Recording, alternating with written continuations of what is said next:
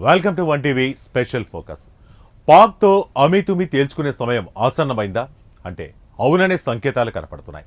ఈ క్రమంలో భారత ప్రభుత్వం మరో సంచలన నిర్ణయం తీసుకుంది. టెరిటోరియల్ ఆర్మీని ఉపయోగించుకునేందుకు ఆర్మీ చీఫ్కు కేంద్ర ప్రభుత్వం అధికారం ఇచ్చింది. ఈ మేరకు గెజెట్ జారీ చేసింది. అసలు టెరిటోరియల్ ఆర్మీ ప్రత్యేకత ఏంటి? రంగంలోకి టెరిటోరియల్ ఆర్మీని దించాల్సిన అవసరం ఎందుకు ఏర్పడింది? టెరిటోరియల్ ఆర్మీ ఎలా పనిచేస్తుంది? Let's watch the story. Territorial army అనేది భారత సైన్యానికి సహాయక సేవలను అందించే పార్ట్ టైం వాలంటీర్లతో కూడిన మిలిటరీ రిజర్వ్ ఫోర్స్. ఇందులో అధికారులు, జూనియర్ కమిషన్డ్ ఆఫీసర్లు, నాన్ కమిషన్డ్ ఆఫీసర్లు, ఇతర సిబ్బంది ఉంటారు. వీరు భారత సైన్యంలోని వారితో సమానమైన ర్యాంకులను కలిగి ఉంటారు. పౌర వృత్తులను కూడా నిర్వహిస్తారు. Indian territorial army regular Indian army తర్వాత రెండవ రక్షణ శ్రేణి. ఇది ఒక వృత్తి ఉపాధి వనరుగా ఉపయోగపడుతోంది. ఇది ఇప్పటికే ప్రధాన పౌర వృత్తులలో ఉన్న వారికి మాత్రమే ఉద్దేశించబడింది. వాస్తవానికి పౌర వృత్తిలో లాభదాయకమైన ఉపాధి, స్వయం ఉపాధి టెరిటోరియల్ ఆర్మీలో చేరడానికి ఒక అవసరం.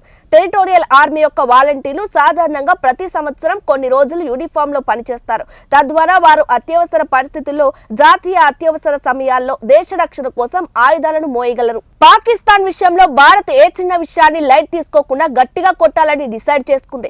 తాజాగా టెరిటోరియల్ ఆర్మీని కూడా యాక్టివేట్ చేశారు. ఉత్తర, పశ్చిమ, తూర్పు కమాండ్లలో మోహరించడానికి, వ్యూహాత్మకంగా బలోపేతం అవడానికి, యుద్ధానికి సిద్ధం కావడానికి టెరిటోరియల్ ఆర్మీకి చెందిన 14 పదాతి దళ బెటాలియన్లను పిలవడానికి ఆర్మీ చీఫ్ కు కేంద్ర ప్రభుత్వం అధికారం ఇచ్చింది.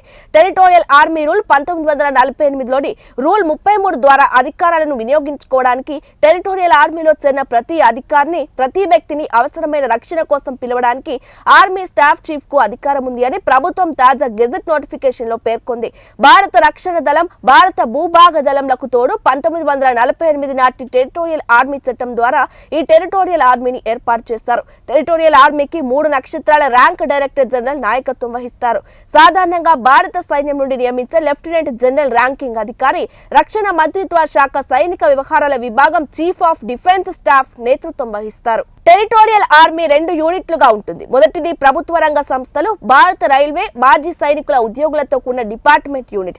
అలాగే రెండవది ప్రైవేట్ గా పనిచేసే పౌరులతో కూడిన నాన్ డిపార్ట్మెంటల్ యూనిట్. 1962 నాటి చైనా భారత యుద్ధం, 1965 నాటి ఇండో పాకిస్తాన్ యుద్ధం, 1971 నాటి ఇండో పాకిస్తాన్ యుద్ధం, కార్గిల్ యుద్ధంతో సహా దేశం స్వాతంత్రం పొందినప్పటి నుండి భారతదేశంలో జరిగిన అన్ని యుద్ధాలలో టెరిటోరియల్ ఆర్మీ పాల్గొంది. శ్రీలంకలో ఆపరేషన్ పవన్, పంజాబ్, జమ్మూ కాశ్మీర్లలో ఆపరేషన్ రక్షక్, ఈశాన్య భారతదేశంలో operation rhino, operation Bajrang, Jammu కాశ్మీర్లో ఆపరేషన్ పరాక్రమ్లలో కూడా ఈ ఆర్మీ పాల్గొంది. టెరిటోరియల్ ఆర్మీలో చేరాలనుకునే వ్యక్తులు ప్రధాన పౌర వృత్తులలో ఉద్యోగం పొంది ఉండాలి, లేదంటే స్వయం ఉపాధి పొంది ఉండాలి. టెరిటోరియల్ ఆర్మీ పూర్తి సమయం ఉపాధిని అందించదు, అయితే సైనికులు ఎక్కువ కాలం ఫిట్నెస్ తో ఉండాలి.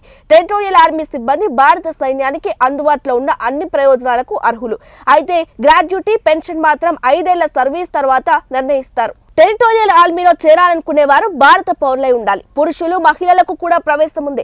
18 నుండి 42 సంవత్సరాల వయసు ఉండాలి. ఏదైనా గుర్తింపు పొందిన విశ్వవిద్యాలయం నుండి గ్రాడ్యుయేషన్ పూర్తి చేసి ఉండాలి. అభ్యర్థి అన్ని విధాలుగా శారీరకంగా, వైద్యపరంగా దృఢంగా ఉండాలి. కమిషన్ మొదటి సంవత్సరంలో 1 నెల ప్రాథమిక శిక్షణ, మొదటి సంవత్సరంలో సహా ప్రతి సంవత్సరం 2 నెలల వార్షిక శిక్షణ శిబిరం నిర్వహిస్తారు. డెహ్రాడూన్ లోని ఇండియన్ మిలిటరీ అకాడమీలో మొదటి 2 సంవత్సరాలలో 3 నెలల పోస్ట్ కమిషన్ శిక్షణ ఇస్తారు. లెఫ్టినెంట్ హోదాలో కమిషన్ మంజూరు చేయబడుతోంది. శిక్షణ, సైనిక సేవ కోసం నియమించబడినప్పుడు జీతం, భత్యాలు, ఇతర ప్రత్యేకతలు రెగ్యులర్ ఆర్మీ అధికారుల మాదిరిగానే ఉంటాయి.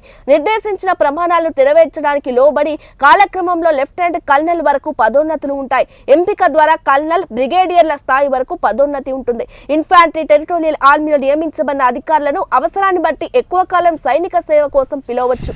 సరిహద్దు ప్రాంతాల్లో దాడులు చేసి భారత్ని ఇబ్బంది పెట్టాలనేదే పాక్ పన్నాగం. దీంతో ఆ దేశానికి ఎటువంటి అవకాశం ఇవ్వకుండా భారత ఆర్మీని మరింత దృఢంగా తయారు చేసేందుకు కేంద్రం ఈ నిర్ణయం తీసుకుంది. ఈ మేరకు భారత్ ఆర్మీ చీఫ్ కు మరిన్ని అధికారాలు అప్పగిస్తూ ఉత్తర్వులు జారీ చేసింది. దీనికోసం టెరిటోరియల్ ఆర్మీని రంగంలోకి దించాలని స్పష్టం చేసింది. ఇందులోని అధికారులను, నమోదు చేసుకున్న సిబ్బందిని పిలిచేందుకు అధికారం కల్పించింది. రెగ్యులర్ ఆర్మీతో కలిసి పనిచేసేందుకు సిద్ధంగా ఉండాలని కేంద్రం సూచించింది. చూడాలి మరి ఏం జరుగుతుందో. ఇదే వాటి వన్ టీవీ స్పెషల్ ఫోకస్. మరో ఇంట్రెస్టింగ్ టాపిక్ తో మళ్ళీ కలుద్దాం. Until then keep watching One TV news. ప్రతి క్షణం ప్రజల పక్షం.